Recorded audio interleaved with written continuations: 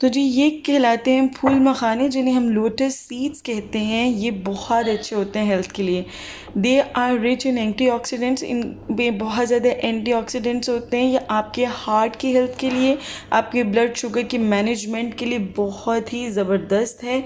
और इसके अलावा लेट्स सपोज अगर 100 ग्राम हमारे पास ये है ना लोटस सीड्स हैं, यानी फूल मखाने हैं, तो उसके अंदर जो कैल्शियम की क्वांटिटी होगी वो 60 माइक्रोग्राम होगी। सो इन्हें पहले रोस्ट करना चाहिए हल्का सा, और उसके बाद आप इसे दूध में बॉईल करके दें हनी डाल के। These are very good for health. और ये रिसेंटली मैंने अपने घर में भी इंट्रोड्यूस किया, मतलब अपने इस घर में। अम्मी के घर में तो होती थी ये चीज़ें, अपने घर में तो मेरी कोशिश होती है ज़िशान कभी कभी ले ही लेते हैं हम ज़रा कोशिश तो करती हूँ कि मैं कोई हेल्दी चीज़ भी इस तरह से लिया करें। इसके अलावा मैं एग बॉईल कर रही थी, एक मैंने छील लिए और अब ये दूसरा वाला मैंने पील करना है। ठीक है जी, तो ये मैं फिर ज़िशान को देख कर आऊँगी। ओके जी, अब इसके अंदर हम ऐड करेंगे थोड़ा सा हनी। ठीक है जी, और एग्स के ऊपर हम डालेंगे थोड़ा सा ब्लैक पेपर। यार ये बहुत स्लो क्रश करता है। ये सारी ऐसी जो मैनुअल क्रशर होते हैं वो इतना ही करते हो। एक्चुअली मेरा फर्स्ट एक्सपीरियंस है क्रशर्स यूज़ करते हैं, मैं नहीं यूज़ करती थी। बचपन में हमारे घर में होते थे, अम्मी ने जो एग पे डाल दिया तो हमने खा लिया। ये सूरत हाल हुआ करती थी। तो चले जी, देती हूँ मैं ज़िशान को। अस्सलाम वालेकुम एंड वेलकम बैक अगेन। कैसे हैं जी आप सब लोग? उम्मीद है कि सब खैरियत से होंगे, बिल्कुल ठीक ठाक होंगे। तो यहाँ पर जो 2 अधिक चिड़ियाँ पता नहीं किस तरह से मेरे टेरेस में कैद हो गई हैं। ऑल द सारी जाली लगी हुई, बट आई डोंट नो कहाँ से वो आई हैं। और अब इतनी वो पैनिक किए हैं कि मैं टेरेस के दरवाज़ा भी खोल रही हूँ ना, तो उनको नहीं पता चल रहा कि यहाँ से बाहर निकल सकते हैं। तो फिर मैंने सोचा इधर आ जाती हैं तो मैं बाहर का दरवाज़ा खोल दूँगी, बट वो आ ही नहीं रही, वहीं टेरेस पर घूमी जा रही हैं। और मेरी बब्बू की तो जैसे ईद हो गई, उसकी आंखों में आप चमक चेक करें, लाइक ऐसी चमक बहुत रेयर मैंने बब्बू के आइज़ में देखी। और वो इतनी ज़्यादा एक्साइटेड है और इम्पेशेंटली वेट करिए किसी तरीके से मैं इनको दबोच लूँ और खा जाऊँ। मैंने नहीं देखा जो कैट्स है, कभी भी मैंने नहीं देखा, खाती होंगी ऑब्वियसली, बट मैंने नहीं देखा ये कभी भी मार कर खाती हो। क्योंकि मुझे याद है कराची में भी एक कैट आई थी, मैंने एक चूज़ा रखा हुआ था, तो वो सिर्फ उसको मार कर चली गई थी। और मुझे पक्का यकीन था ये मेरी बब्बू भी वैसे ही करेगी। एनीवेज थक हार कर कोई 3-4 घंटे इंतज़ार करने के बाद मेरी बब्बू सो गई थी। तो किचन में मैं बना रही थी यहाँ पर खाना। काफ़ी देर सोचने के बाद मैंने डिसाइड किया कि जो 2 दिन पहले कद्दू आए थे ना, अब इसको बना लिया जाए, इससे पहले कि वो पक रहे। वैसे ही बहुत बार ऐसे हुआ है, ज़िशान कद्दू लेकर आए हैं, एक तो एक्सपेंसिव इतना होता है, ऊपर से पक्का माल निकलता है। तो यहाँ पे बहुत रेयर सब्जियाँ हैं जो आपको अच्छी मिलती हैं। आजकल भिंडी बड़ी मज़े की आ रही है, मैं 2 से 3 बार बना चुकी हूँ, बट ऑब्वियसली रिकॉर्ड नहीं किया। तो वो इतनी टेस्टी बन रही है, बहुत ही। कारफोर से भी ज़िशान लाए, बहुत मज़े की आई थी। रामे से भी ज़िशान लाए, बहुत मज़े की जो है भिंडी आई हुई है। आजकल मैं इतनी ज़्यादा पजल सी रहती हूँ, बाज़-औक़ात कितनी देर बैठी रहती हूँ फ़िज़ूल में। जब बच्चे सो जाते हैं ना, बहुत देर ऐसे होता है कि मैं ऐसे फ़िज़ूल में बैठी रहती हूँ ना, सोती हूँ और सोचती रहती हूँ। कभी कभी बिल्कुल ब्लैंक होती हूँ, सोच भी नहीं रही होती हूँ। तो ये सारी सिचुएशन जो गाज़ा में हो रही है, इतनी ज़्यादा उससे मैं इफ़ेक्ट हुई हूँ कि मेरा हर वक्त दिमाग वहाँ होता है। मेरी दुआओं में वो लोग होते हैं। इवन आप बिलीव करेंगे, ये वॉइस ओवर करने के लिए मैं 3 घंटे पहले बैठी थी और तब से बैठी हुई हूँ। कभी यूट्यूब खोल कर स्क्रॉल कर रही हूँ, कभी उठ कर जो है वो घर सीधा कर रही हूँ, कभी चीज़ें इधर से उधर उठा के रख रही हूँ, बेफजूल टाइम वेस्ट कर रही हूँ, बट वीडियो एडिट नहीं कर पा रही थी। हमें अल्लाह ताला का जितना शुक्र अदा हो सके ना अदा करना चाहिए, और अपने बहन भाइयों को दुआओं में याद रखना चाहिए। उनका भी हक़ है हम पे, और वो हक़ हम लोग दुआ करके अदा कर सकते हैं।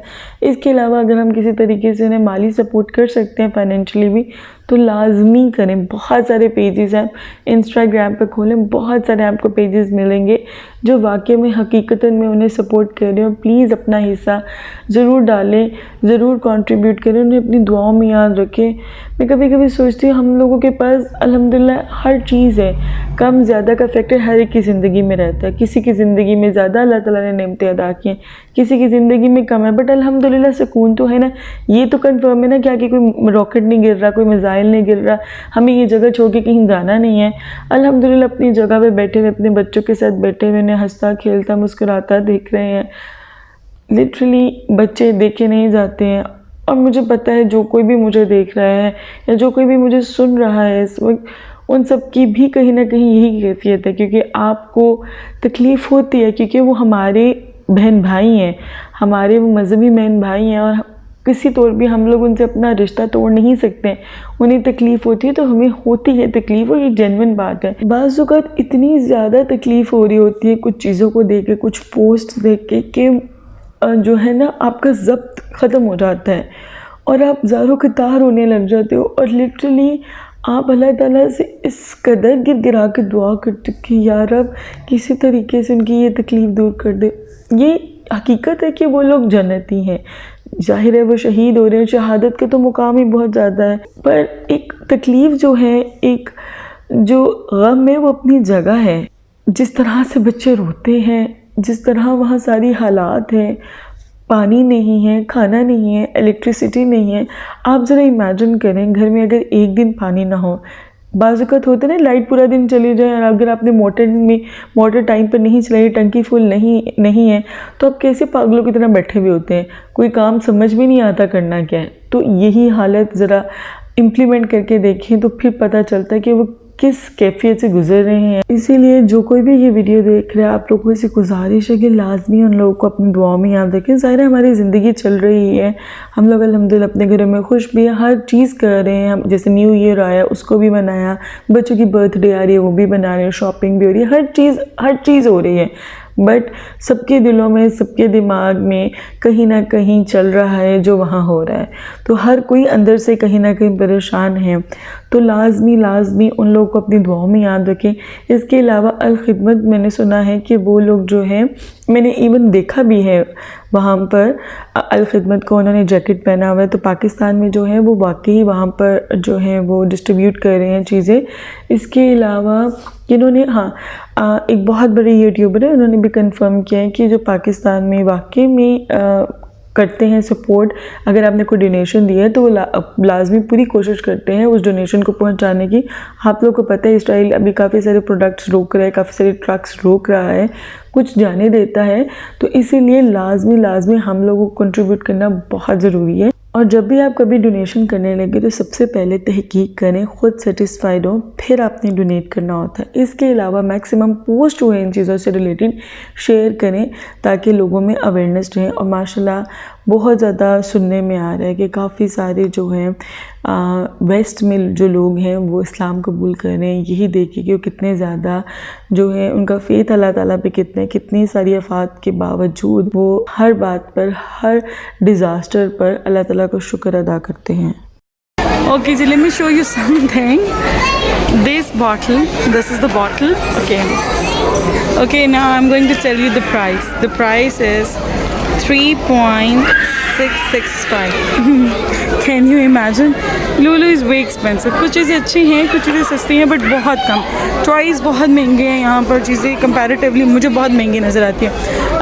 I'll show you something.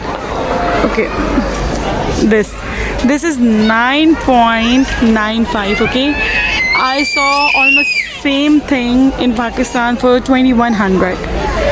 so बहुत महंगा है यार, लुलू तो बहुत महंगा है। Okay, now let me show you something else too. Look at this. Okay, it costs around 9.420. okay, and this cocoa melon is 17.800 fils. So these are the prices. Coming back to the video, तो यहाँ पर जो हम लोग गए हुए थे लुलू, वहाँ से हम लोगों ने कुछ चीज़ें लेनी थी। आयान बहुत जिद कर रहा था स्केटिंग शूज़ के लिए, तो यहाँ पर हम लोग आए थे इसको स्केटिंग शूज़ दिलाने के लिए, बट वो चाह रहा था कि जो बिल्कुल बैलेंस्ड होते हैं ना वो शूज़ ले। हालांकि बैलेंस शूज़ इसने काफ़ी ज़्यादा पंजाब में चलाए हैं, लेकिन हम लोग लाहौर गए थे ना, तो वहाँ पर ना भाई ने लेकर रखे हुए थे ये शूज़, तो आया ने काफ़ी ज़्यादा ये शूज़ पहन के जो है वो स्केटिंग वगैरह की। तो और ज़ीशान कह रहे थे कि अब जो है ना ये बिल्कुल जो सिंगल एक टायर्स होते हैं ना, एक 4 टायर्स वाला नहीं लेना, जो स्ट्रीट लाइन होती है ना, पता नहीं क्या उसे कहते हैं, वो वाले इनको स्केटिंग शूज़ लिख के देते हैं। बट अयान वाज लाइक नहीं, मुझे वो 4 टायर्स वाला स्केटिंग शूज़ लेना है। तो खैर जी हम लोगों ने फाइनली नहीं बाय किए और उसके बाद हम लोग आ गए घर। बस थोड़ी देर के लिए गए तो फिर घर आ गए। और यहाँ पर मुझे याद आया कि मैंने जो है वो लिटर चेंज करना है अपनी बब्बू का, क्योंकि बहुत ज़्यादा मेसी हुआ हुआ है, क्योंकि माशाल्लाह अब 2 कैट्स हैं घर में। तो जैसे ही मैं लिटर चेंज करती हूँ ना, बब्बू फ़ौरन से पहले आकर कार्रवाई कर देती है।